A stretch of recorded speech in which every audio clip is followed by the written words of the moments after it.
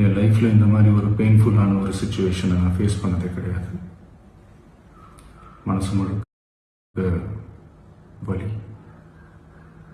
வலி மட்டும்தான். இந்த சுற்றுப்பயணத்தில் என்னென்ன மக்கள் பார்க்க வராங்க, அதுக்கு ஒரே ஒரு காரணம் தான், அவங்க என் மேலே வச்சிருக்கிற அன்பும் பாசம்.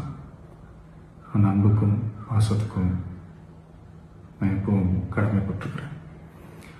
அதனால தான் இந்த சுற்றுப்பயணத்தில் மற்ற எல்லா விஷயங்களையும் தாண்டி மக்களுடைய சேஃப்டி, அதில் எந்த காம்ப்ரமைஸும் பண்ணிடக்கூடாதுன்றதுக்காக தான் அது என் மனசில் ரொம்ப ஆழமாக இருக்கும் அந்த எண்ணம். அதனால தான் இந்த அரசியல் காரணங்கள் எல்லாத்தையும் தவிர்த்துட்டு ஒதுக்கி வச்சுட்டு மக்களுடைய சேஃப்டி மட்டும் மைண்டில் வச்சுக்கிட்டு அதுக்கான இடங்களை சூஸ் பண்ணுறது, அதுக்கான இடங்களை பார்த்து பெர்மிஷன் கேட்கறது, போலீஸ் டிபார்ட்மெண்ட்டில் அதை ரிக்வெஸ்ட் பண்ணி கேட்போம். ஆனால் நடக்கக்கூடாதது நடந்துருச்சு.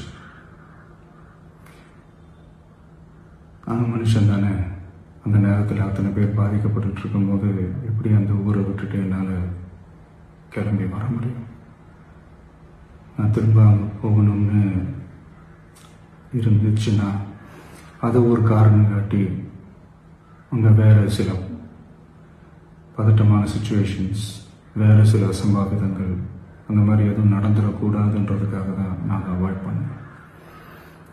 இந்த நேரத்தில் சொந்தங்களை இழந்து தவிக்கிற அத்தனை குடும்பங்களுக்கும் என்னுடைய ஆழ்ந்த இரங்கலை தெரிவிச்சுக்கிறேன். எனக்கு தெரியும், என்ன சொன்னாலும் இது ஈடையாகாதுன்னு எனக்கு தெரியும். ஹாஸ்பிட்டலில் ட்ரீட் பண்ணிட்டு இருக்கிற எல்லாருமே சீக்கிரமாக க்யூர் ஆகி வரணுன்றதை இந்த நேரத்தில் நான் வேண்டிக்கிறேன். கூடிய சீக்கிரமே உங்கள் எல்லாரையும் நான் சந்திக்கிறேன். இந்த நேரத்தில் எங்களுடைய வலிகளை, எங்களுடைய நிலைமையை புரிஞ்சுக்கிட்டு எங்களுக்காக பேசின அரசியல் கட்சிகளை சார்ந்த நண்பர்கள், தலைவர்கள் அனைவருக்கும் என்னுடைய நன்றியை தெரிவிச்சுக்கிறேன். கிட்டத்தட்ட ஒரு 5 மாவட்டத்துக்கு பிரச்சாரத்துக்கு போனோம்.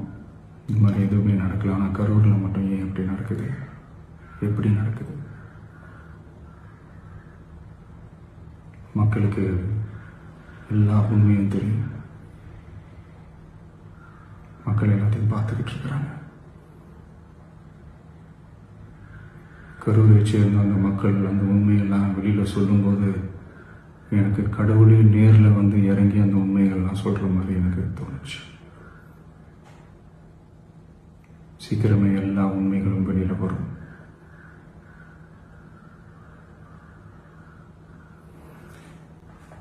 எங்களுக்கு தரப்பட்ட இடத்துல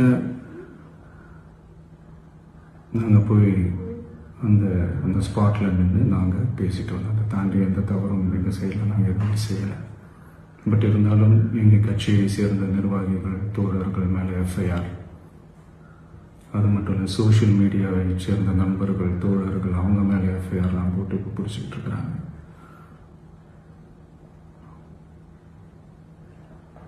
சிஎம் சார், உங்களுக்கு ஏதாவது இந்த பழி வாங்கணும் அப்படின்ற எண்ணம் ஏதாவது இருந்துச்சுன்னா என்ன வேணாலும் பண்ணுங்க. அவங்க மேலே கை வைக்காதீங்க. நான் ஒன்று வீட்டில் இருப்பேன், இல்லை நான் ஆஃபீஸில் இருப்பேன். என்ன வேணாலும் செய்யுங்க. நண்பர்களே, தோழர்களே, நம்மளோட அரசியல் பயணம் இன்னும் ஸ்ட்ராங்காக, இன்னும் தைரியத்தோட